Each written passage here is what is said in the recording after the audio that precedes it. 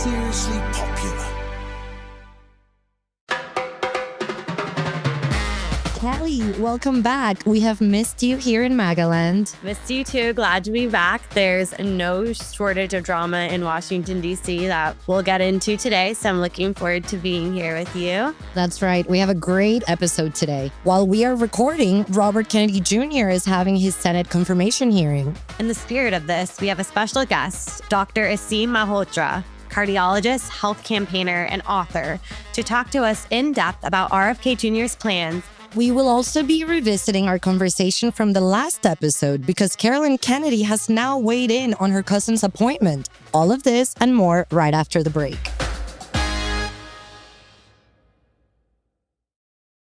Welcome to MAGAland.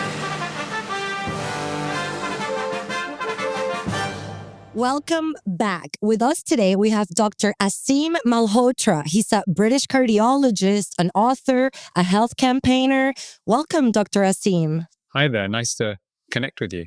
As we mentioned, Robert Kennedy Jr. is going through his confirmation hearing today, and it's getting fiery. Now, you're someone who's familiar with his thinking, so we really want to get your thoughts because Robert Kennedy is getting hit with all the controversial thoughts he has expressed over the last decades, particularly on vaccine. For a while, he was promoting the idea that vaccines are not safe or may cause autism. He just got questioned about that in the Senate, and he said, I am not anti-vaccine. He said that he believes that they have a place in our society, but that he does not see all vaccines the same.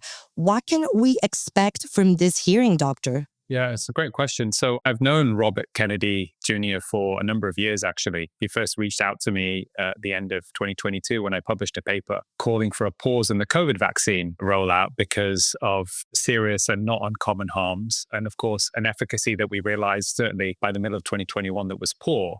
I'm somebody that comes from a background that's very supportive of traditional vaccines. In fact, in the paper, I talk about that.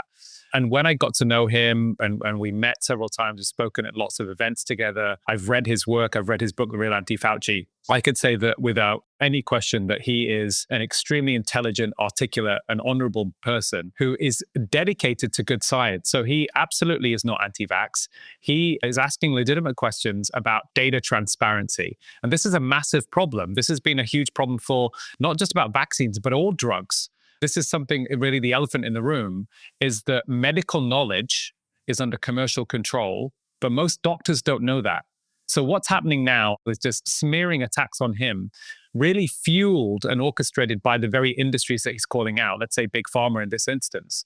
Robert Kennedy Jr., as a remarkable man, has a thick skin, a very thick skin. So I have no concerns about him being able to handle these slings and arrows thrown his way. But people will see when they listen to him that this guy is dedicated to the truth and dedicated to making America healthy again and making America great again. And that's another point. You can't make America great again unless you make the population healthier. Kennedy came off really strong today in his opening remarks. He was saying that he's not an enemy of the food industry, although he has attacked elements of the food industry, including processed foods, which is really at the forefront of his campaign, making food healthier for Americans, especially American kids. So I'd love to get your thoughts on what are some of the egregious or the most dangerous parts of food that are going into our kids' school lunches. What stands out to you as some of those that should be recalled or repealed back? What are some aspects to the food industry or the processed food industry in the US that Americans might not be aware of and they should be aware of? First of all, I would answer just to give perspective here. Why is Robert Kennedy Jr. and people like myself been calling out big food?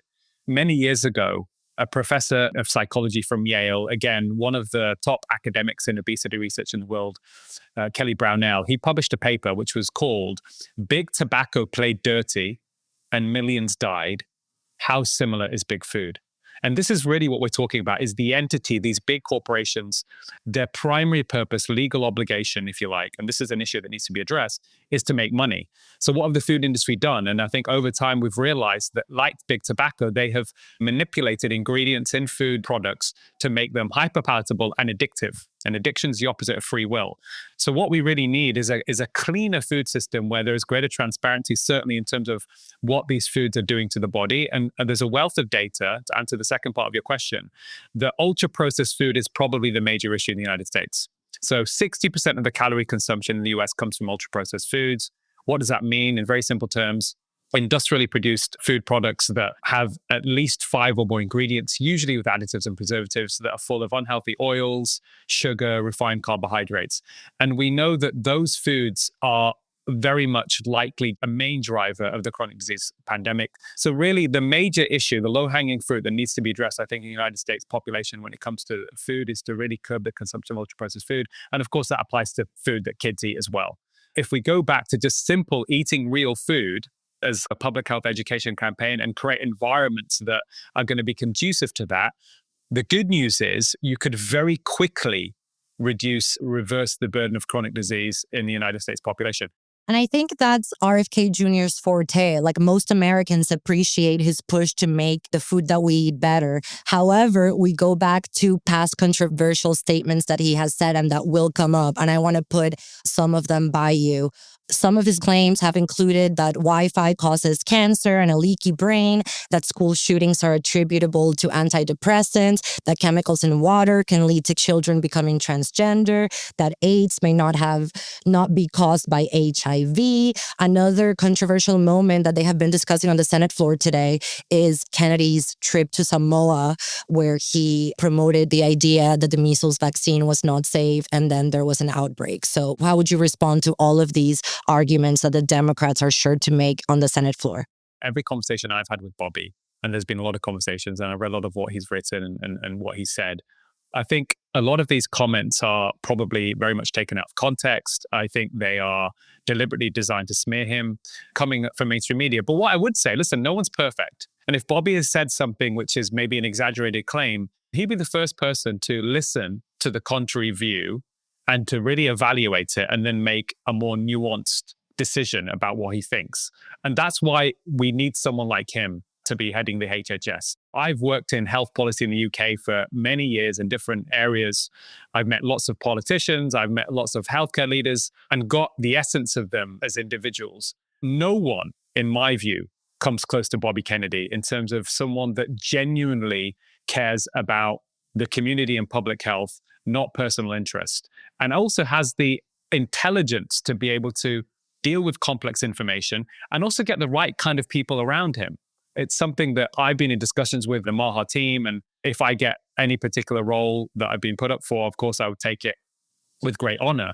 But irrespective, the likes of Jay Bhattacharya being put at the head of the NIH, Marty Makary, head of the FDA, these are people who have got a track record of great integrity, and that should be a good sign that Bobby Kennedy is absolutely the right man to lead HHS. I'm curious to get your thoughts on one of Trump's first major actions, which was withdrawing the United States from the World Health Organization. Proponents of this move say it was great because of the COVID cover-up, which we've discussed. Those on the other side say that there are crucial scientific studies that now the United States won't be a part of. Was this a good and smart move, or should the United States still be involved at some level? The WHO is not an independent entity anymore. The former Director General of the WHO, Margaret Chan, said 70% of the funding of the World Health Organization comes with strings attached. The second largest funder is Bill Gates. This is a man who's heavily invested in ultra-processed food products. He's invested in McDonald's, Coca-Cola. He's made $500 million from investments in the COVID vaccine. These are the people that are really directing the policy of the WHO. So listen, we want the World Health Organization to exist and have a role, but until it becomes independent, I believe that making a statement by withdrawing funding from the WHO from all these countries is the right move for sure, 100%. On a more general note, Doctor, I want to get your take on if Robert Kennedy Jr. does get confirmed and gets to lead the Health and Human Services Department. What are the changes that we can expect to see in the short term? Because some people expressed fear that he was going to come after their fast food. But today in the Senate, he said, no worries. If you want to get a burger and a drink from McDonald's, just like my boss likes to do, referring to Trump, you'll continue to be able to do so. What changes can we expect from his leadership as Secretary of Health and Human Services in the short term?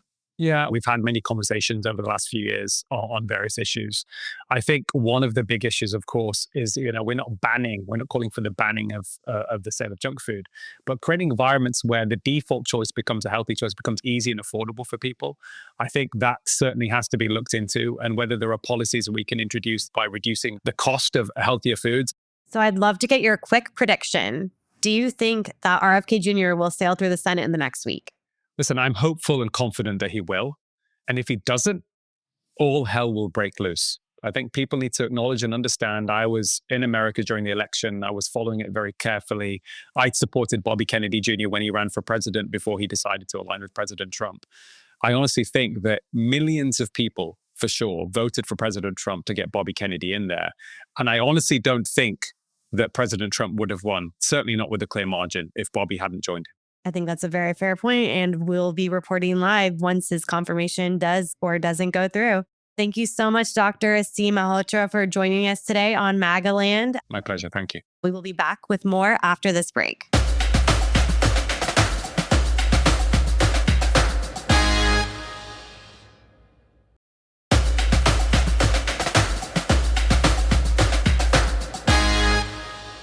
Welcome back to MAGAland. Earlier this week, we chatted with Maureen Callahan about the plea that was made by Jack Schlossberg toward his family members to come out and speak on his second cousin, twice removed, RFK Jr. It looks like he got his wish, Germania. Caroline Kennedy, former U.S. ambassador to Australia, posted a video reading a letter she penned to the Senate Committee on Health, Education, Labor, and Pensions. It was all about her cousin RFK Jr., and it was pretty scathing. Let's listen to a little bit of what Caroline had to say.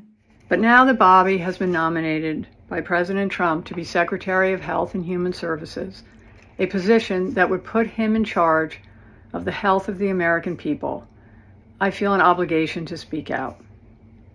Overseeing the FDA, the NIH, the CDC, and Centers for Medicare and Medicaid Services, agencies that are charged with protecting the most vulnerable among us, is an enormous responsibility and one that Bobby is unqualified to fill.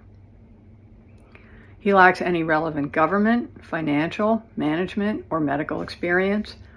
His views on vaccines are dangerous and willfully misinformed. These facts alone should be disqualifying. But he has personal qualities related to this job, which for me pose even greater concern. I've known Bobby my whole life. We grew up together. It's no surprise that he keeps birds of prey as pets, because Bobby himself is a predator. I thought it was quite a fiery video, Germania. I was pretty shocked to see all of their family baggage put on full display. The Kennedys are known to sometimes air out their dirty laundry, but this was quite a shocking video coming on the eve of his confirmation hearing.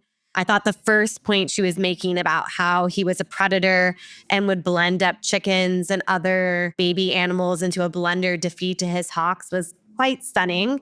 It comes on the heels of there being multiple reports that he dumped a bear carcass in Central Park, that he ate a dog in Asia, amid other outlandish animal-related claims. So I'd love to start with that. Let's unpack it a little bit, starting with the predator claims. Right off the bat, that's how she started her statement. As you mentioned, the Kennedys sometimes come out to talk about their feuds, sometimes not. But I think Caroline Kennedy is the most private member of these Kennedys. She barely ever comes out speaking. To see her be so confrontational was quite shocking. And I do think she must have been influenced by her son, who has been out there campaigning against RFK. Right now, he's on Twitter ranting, watching the Senate confirmation hearing. He's really fired up about this. In terms of her calling him a predator, I found it poetic how she said, it's no surprise that he collects birds of prey. This was an unleashed attack.